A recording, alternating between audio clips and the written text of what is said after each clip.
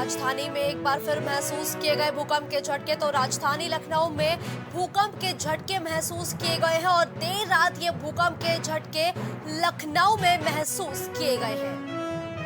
Richter scale पर 4.8 मापी गई इस भूकंप की तीव्रता। तो देर रात 1:15 बजे के करीब प्रदेश की राजधानी लखनऊ में भूकंप के झटके महसूस किए गए। वही भूकंप का केंद्र उत्तराखंड और नेपाल बताया गया। लखीमपुर खीरी, पीलीभीत, सीतापुर में भी भूकंप के झटके महसूस किए गए हैं। तो एक बार फिर भूकंप के झटकों से राजधानी लखनऊ दहल उठी है।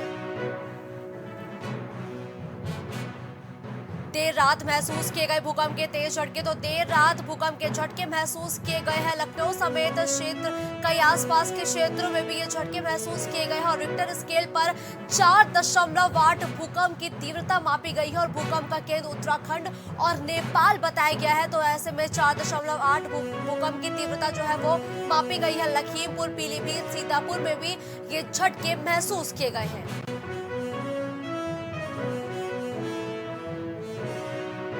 यूपी में भूकंप के झटके महसूस किए गए हैं। इस दौरान लखीमपुर, लखनऊ समेत कई ऐसे क्षेत्र थे जहां पर ये झटके महसूस किए गए। तो देर रात तकरीबन 1:15 बजे लखनऊ में भूकंप के झटके लोगों ने महसूस किए हैं और रिक्टर स्केल पर 4.8 तीव्रता भी मापी गई और भूकंप का केंद्र उत्तराखंड और नेपाल को बताया गया है।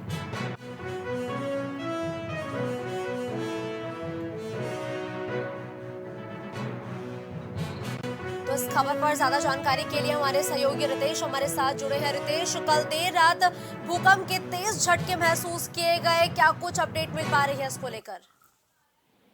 मुस्कान, मैं आपको बता दूं कि राजधानी में जो बीती रात लगभग करीब 1:15 पर यह भूकंप के झटके महसूस किए गए हैं। राजधानी की जो बड़ी बिल्डिंगों में लोग रहते थे वो बाहर निकले, उन्हें झटके भी महसूस हुए। अभी जो इसका केंद्र बताया जा रहा है वो उत्तराखंड और नेपाल बताया जा रहा है और इसकी जो सीमा है करीब 10 किलोमीटर नीचे बताई जा रही है। फिलहाल इसमें लखीमपुर, पीलीभीत और सीतापुर, बरेली, बहराइच, इसके अलावा जो भी तराई क्षेत्र है वहां पर भूकंप के झटके महसूस किए गए हैं।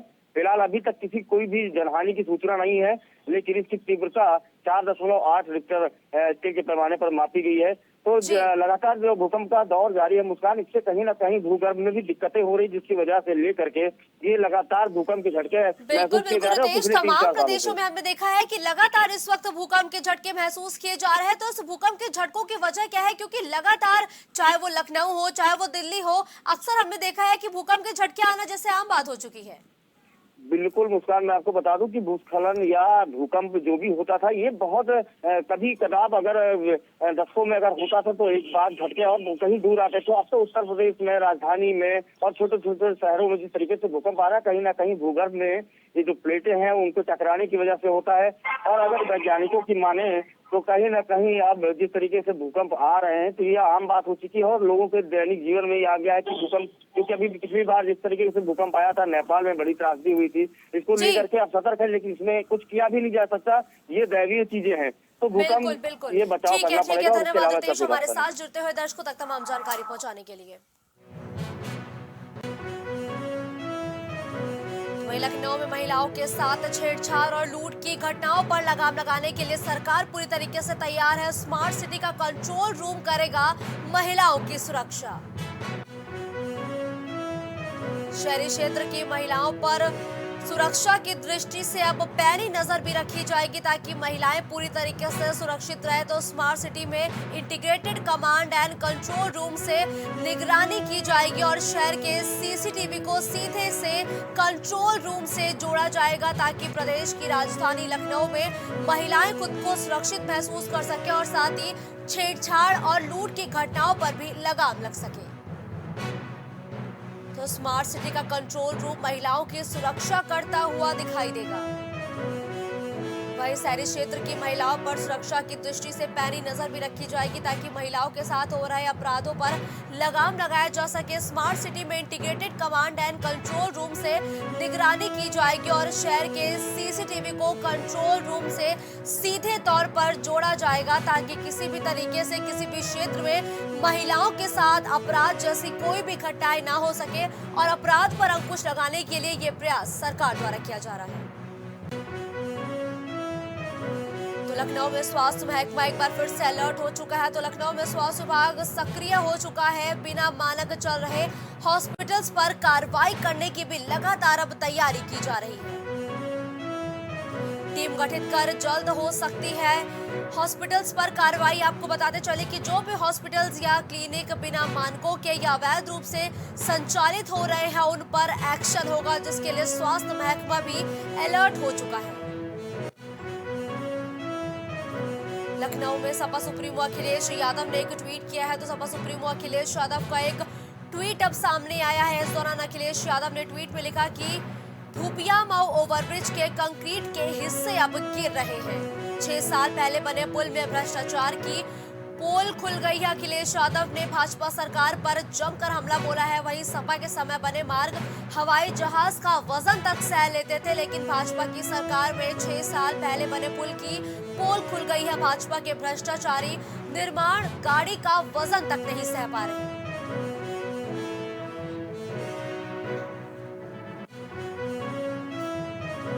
यूपी एसटीएफ की टीम को लगातार बड़ी सफलता मिल रही है। तो यूपी एसटीएफ की टीम को एक बार फिर से बड़ी सफलता हाथ लगी है। लखनऊ के बाद अब कानपुर यूनिट ने 2 तस्करों को दबोचा है।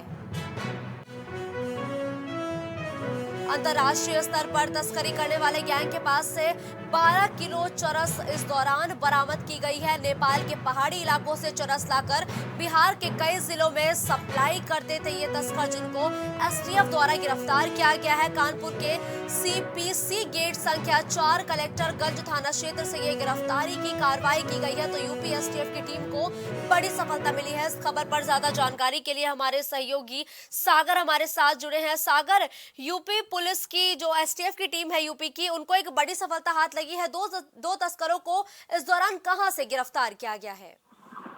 जी मुस्कान, आपको बता दूं कि यूपी एसटीएफ लगातार ऐसे गिरोह का भांडाफोड़ करने में लगी है जो कि अवैध तरीके से मादक पदार्थ सप्लाई करते हो या फिर दवाइयों का पेटेंट बनाते हो या फिर जो सॉल्वर गैंग हो। कुल मिला के देखा ये जा सकता है कि यूपी एसटीएफ को बहुत बड़ी सफलता प्राप्त हुई है, क्योंकि लगातार यूपी एसटीएफ इन मादक पदार्थों की जो बिक्री करने वाले लोग हैं उन पर शिकंजा कसते आ रही है। और कहीं ना कहीं ये भी सबसे बड़ी बात यह है कि इन्हें यूपी के एसटीएफ की कानपुर यूनिट ने गिरफ्तार किया है जी। और इनके पास से तकरीबन बेहद ही भारी मात्रा में खेप बरामद हुई। तो कहीं ना कहीं कुल मिला के ये देखा जा सकता है कि ठीक है सागर, जिस तरीके से कानपुर में इन दोनों ही तस्करों की गिरफ्तारी की गई है, तो क्या इनके जो ग्रुप है उसके और लोगों के भी नाम अब सामने आ रहे हैं? जी देखिए मुस्कान, सबसे बड़ी बात ये होती है कि जैसे अगर आज कोई भी गिरोह पकड़ा जाता है तो उसके बाद उसकी रिमांड ली जाती है। रिमांड के बाद जो तमाम जो बातें खुलकर आती हैं सामने, उसमें देखा यह जाता है कि किस तरह से जो गिरोह है वो लगातार सक्रिय है। और सक्रिय होने के बावजूद क्योंकि लखनऊ में भी एक बड़ी खेप पकड़ी गई है, कल ही की बात है, 1 करोड़ की तकरीबन चरस पकड़ी गई थी। उसके बाद उससे पहले ही 2 दिन पहले ही 12 किलो की चरस पकड़ी गई। तो कहीं ना कहीं ये बात अगर मैं मान के चलूँ कि गिरोह के पकड़े जाने के बाद बहुत ही जल्दी भांडाफोड़ होने वाला है और जिसके पीछे लोग जुड़े हैं उनकी गिरफ्तारी भी जल्द संभव है। बिल्कुल, धन्यवाद सागर हमारे साथ जुड़ने के लिए।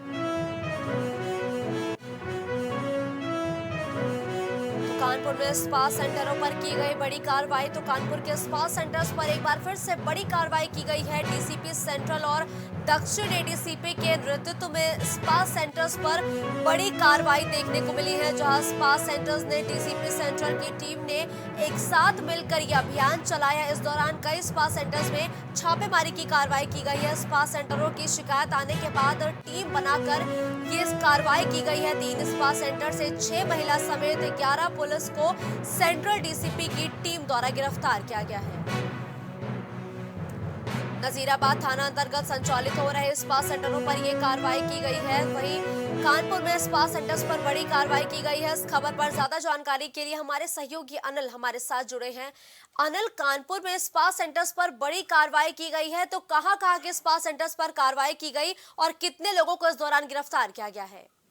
जी बिल्कुल, मैं बता दूं कि कानपुर में ये कई समय से गिरोह चल रहा था। गिरोह चलने के बाद में लगातार इनकी शिकायत भी पहुंच रही थी, लेकिन कहीं ना कहीं जो क्षेत्रीय पुलिस होती है उनकी नाकामी इसमें देखने को मिली थी। लेकिन कहीं ना कहीं जब सेंट्रल डीसीपी इसमें अभियान में आगे बढ़ने के बाद में लगातार जो आरके नगर वहाँ पे कई स्पा सेंटर चल रहे थे। लेकिन वर्तमान में जो एक स्पा सेंटर जो कि बैंक के ऊपर चल रहा था जिसमें लगभग 6 महिलाओं समेत 11 लोगों को गिरफ्तार किया गया है और आगे की वैधानिक कार्रवाई की जा रही है। लेकिन कहीं ना कहीं सिटी सेंटर की एक बड़ी अच्छी ये कार्य है और कहीं ना कहीं इसकी सराहना भी करनी चाहिए।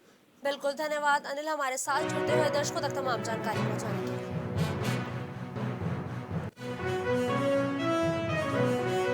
लखनऊ में डीजीपी आर.के. विश्वकर्मा ने एक बड़ी समीक्षा बैठक की है। तो डीजीपी आर.के. विश्वकर्मा ने एक समीक्षा बैठक की है। पुलिस मॉडर्न स्कूल की व्यवस्था को लेकर ये समीक्षा बैठक की गई है। डीजीपी मुख्यालय में तमाम अधिकारी भी इस दौरान मौजूद रहे, जिसकी अध्यक्षता डीजीपी ने की है। तो डीजीपी ने इस दौरान उद्देश्य जो था वो साफ तौर पर यही था कि पुलिस मॉडर्न लाइन में जो भी अग्रणी स्कूल बनाने की दिशा में काम किया जाए, तो अग्रणी स्कूल बनाने की दिशा में काम करने के दिशा निर्देश दिए गए हैं। नई पुलिस मॉडर्न स्कूल स्थापित किए जाएं।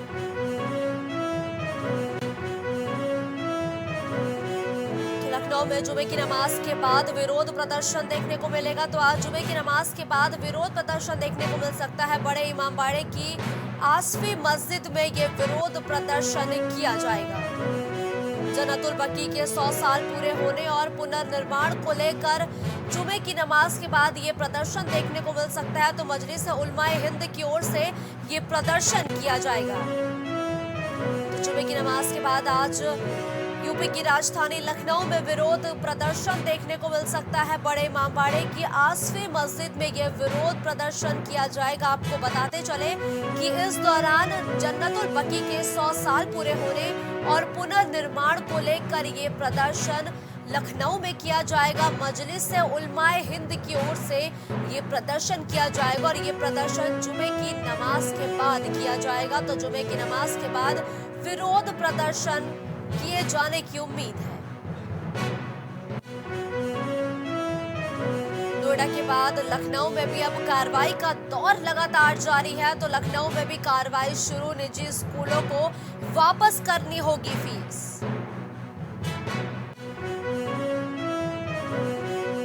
जिला विद्यालय निरीक्षक राकेश पांडे ने भेजा निजी स्कूलों को पत्र। तो निजी स्कूलों को पत्र भेजा गया है। इस दौरान निजी स्कूलों पर कोरोना काल में अधिक फीस वसूलने का आरोप लगाया गया था।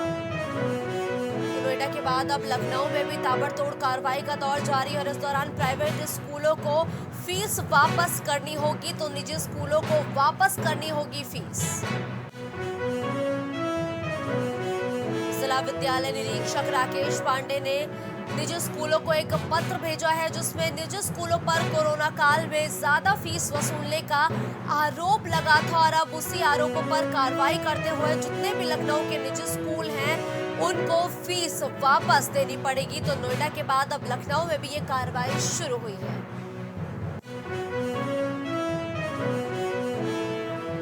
बड़ी खबर कानपुर से सामने आ रही है। तो खबर कानपुर से हम आप तक लगातार पहुंचा रहे हैं, जहां ऑपरेशन कावेरी के चलते सूडान से लौटे भारतीय दल का सचेंडी में जोरदार स्वागत किया गया है। पनकी एसीपी निशांक शर्मा की अगुवाई में ये जोरदार स्वागत जो है वो लोगों का किया गया है। तो सूडान में चल रहे गृह युद्ध की विभीषिका झेल कर लौटे भारतीयों ने अपना दर्द भी इस दौरान बयां किया है और भारत सरकार और भारतीय सेना की लौटे दलों ने जमकर तारीफ और प्रशंसा भी की है। एसीपी ने दल के सदस्यों को सचेंडी के दीपू चौहान ढाबे में इस दौरान जलपान भी कराया है और स्वागत के दौरान एसीएम और एसी फूड भी मौजूद रहे।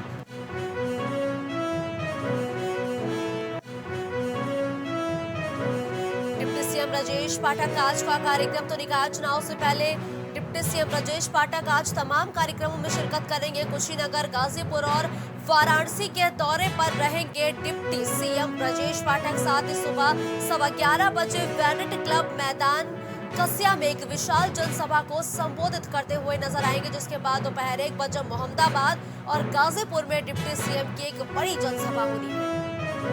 शाम 6 बजे विश्वनाथ गार्डन मड़वाडी में एक जनसभा को संबोधित करेंगे। तो आपको बताते चले कि 7 बजे सिंगरा में व्यापार प्रकोष्ठ को संबोधित भी करते हुए नजर आएंगे डिप्टी सीएम ब्रजेश पाठक। तो निकाय चुनाव को लेकर आज भाजपा के तमाम दिग्गज चुनावी मैदान में नजर आएंगे। तो वही डिप्टी सीएम ब्रजेश पाठक आज कुशीनगर, गाजीपुर और वाराणसी के दौरे पर रहेंगे। लखनऊ में लुटेरे पति पत्नी को हजरतगंज पुलिस ने दबोचा तो लुटेरे पति पत्नी को हजरतगंज पुलिस ने गिरफ्तार किया है। फोन लूटने की कई घटनाओं को अंजाम दे चुके हैं ये दंपत्ति। तुषार प्रजापति स्कूटी से अपनी पत्नी के साथ लूट की वारदात को अंजाम देता था, जिसको पुलिस द्वारा अब गिरफ्तार किया गया है। लूट के बाद पत्नी करती थी फोन बेचने का काम। लुटेरे पति पत्नी के पास से पुलिस ने 8 मोबाइल और स्कूटी को भी इस दौरान बरामद किया है। आपको बताते चले कि लुटेरे पति पत्नी को हजरतगंज पुलिस ने गिरफ्तार किया है।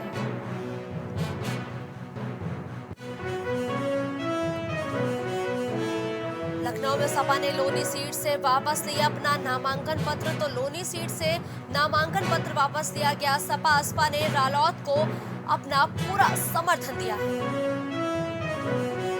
रंजीता धामा ही होंगी उम्मीदवार तो रंजीता धामा ही उम्मीदवार होंगी। तो सपा ने लोनी सीट से अपना नामांकन पत्र जो है वो वापस ले लिया है। तो ये बड़ी और अहम खबर है क्योंकि सपा बसपा ने रालौत को अब इस सीट पर पूरा समर्थन दिया है, जिसके बाद सपा ने अपना नामांकन पत्र वापस लिया है। तो वहीं रंजीता धामा ही इस सीट से उम्मीदवार होंगी।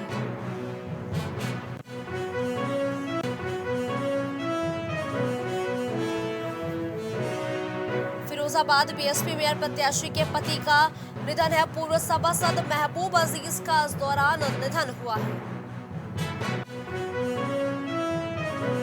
महबूब अजीज का हृदय गति रुकने से निधन हुआ है। तो महबूब अजीज का हार्ट अटैक की वजह से निधन हुआ है। बीएसपी मेयर प्रत्याशी रुखसाना बेगम के पति है महबूब। परिवार और समर्थकों में शोक की लहर।